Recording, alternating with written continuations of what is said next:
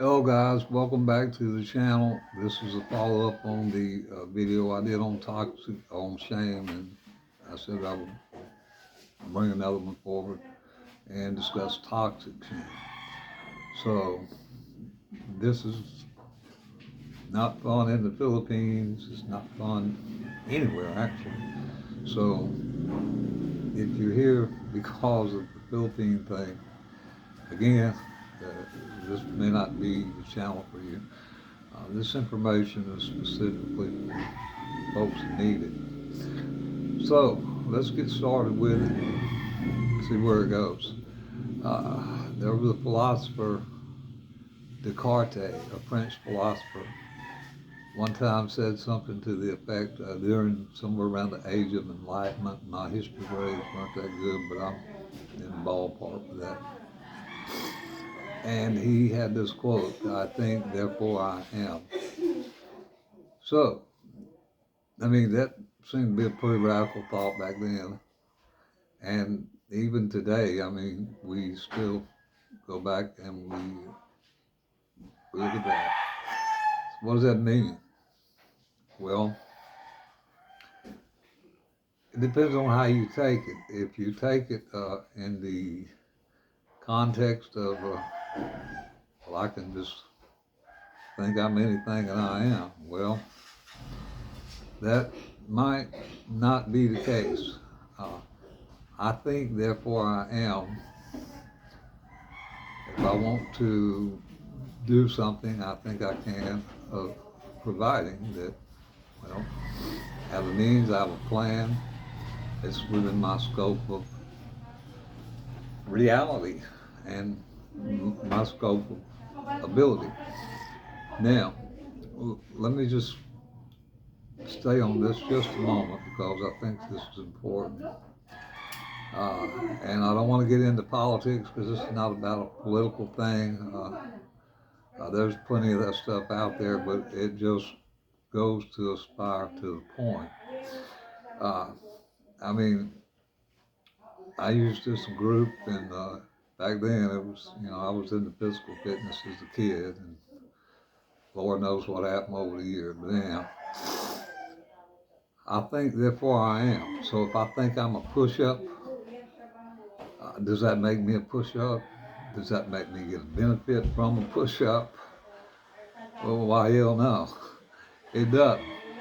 So thinking about something without acting on it is not really going to be beneficial in terms of any perceived outcome.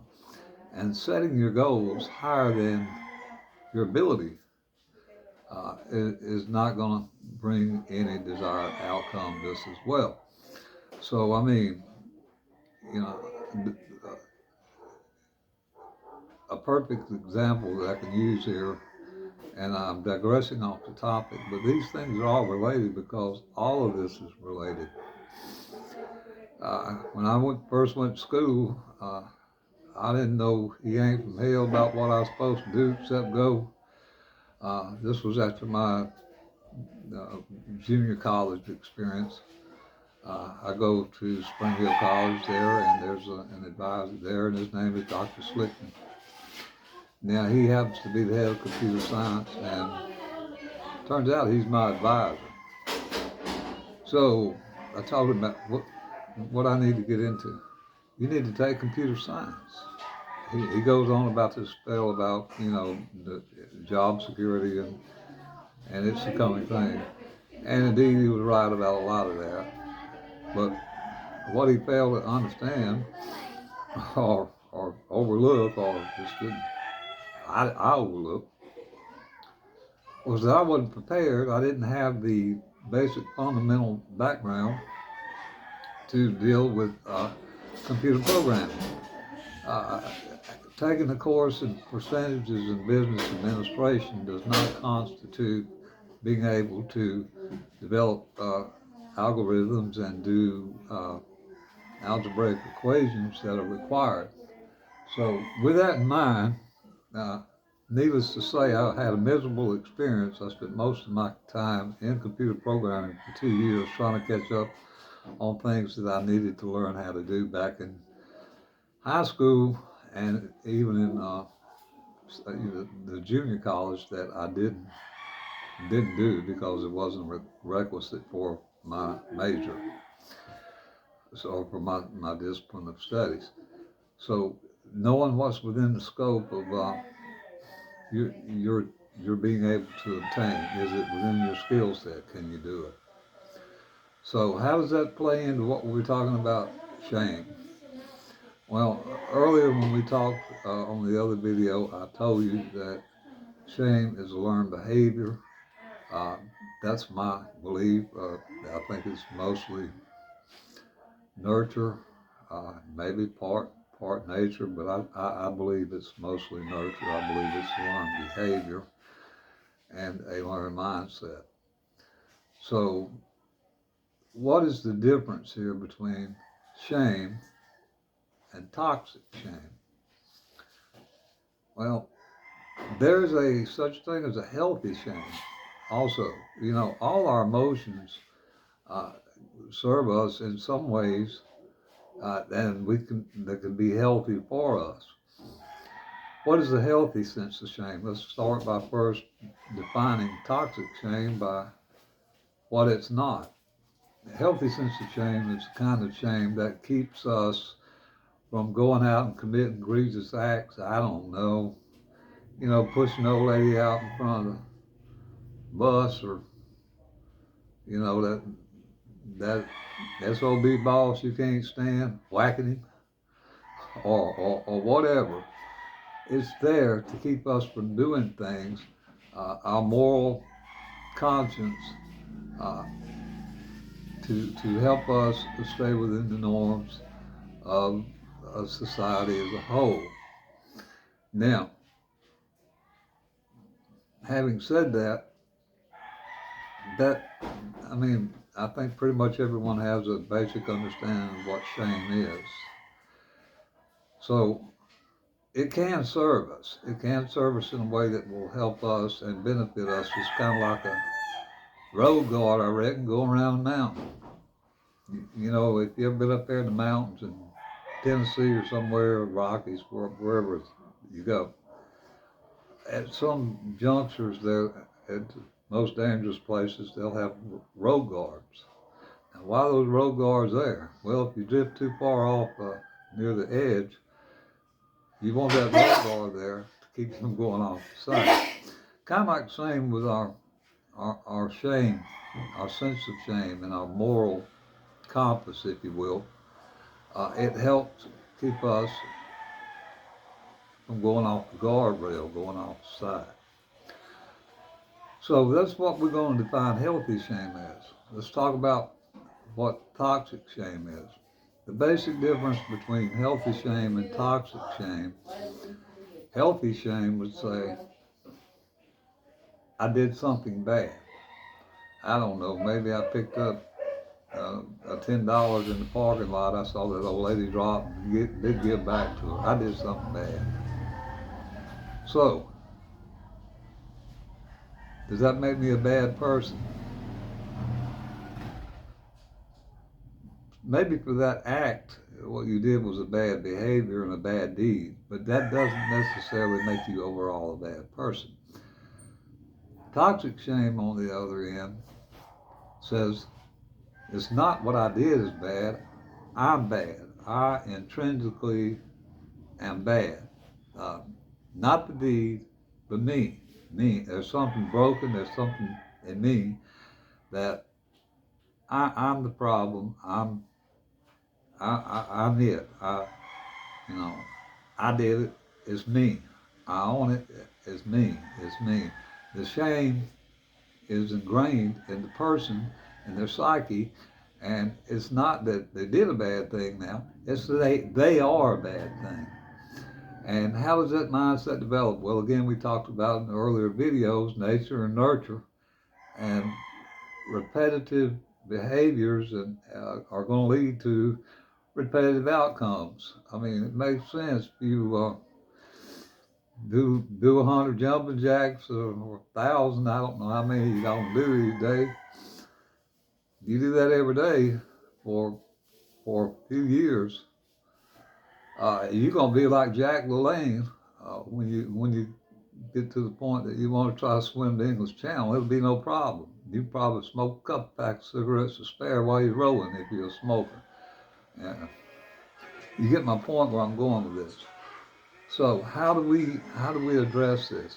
What happens if toxic shame is not challenged and it's not broken? That cycle is not broken. What happens? Well, let's take a look back at what happens in a war. I mean, this is not rocket science. You don't have to be Dr. Phil to understand this. Uh, People exposed to violent content over and over and outcomes over and over and over will begin to, at some point, develop apathy toward that event. Why apathy? Well, apathy is a defense mechanism that helps us cope when we are constantly barraged with that which is unmanageable to us and beyond our scope of control and understanding.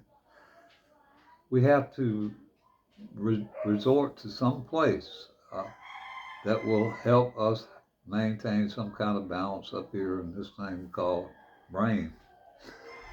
So, reckon what might happen with toxic shame if it continues and it's not challenged, it's not broken. Well, even the most miserable person in the world after a while is going to get enough and won't try to do something different. I mean, that's why we use alcohol, drugs, because when we use that substance, we experience less shame or become shameless. So, the alcohol fix is a temporary short, or the drug fix is a temporary short solution for that. But the mind's solution for that becomes quite another thing. After a while, I would propose to you that even a person that is, has toxic shame will either do one or two things. They will get to the point that will lead to a mental disorder, and again, not rocket science, that depression, reclusion, isolation, all kinds of other unhealthy mental disorders and habits can occur from that. Or you get to the point that you become what? Apathetic. And when you become apathetic, you become what? Shameless. So, in this process of trying to interrupt this cycle, what do? Well, I'm kind of like a lot of the drug educators in our country on the prevention side, getting to the problem early on.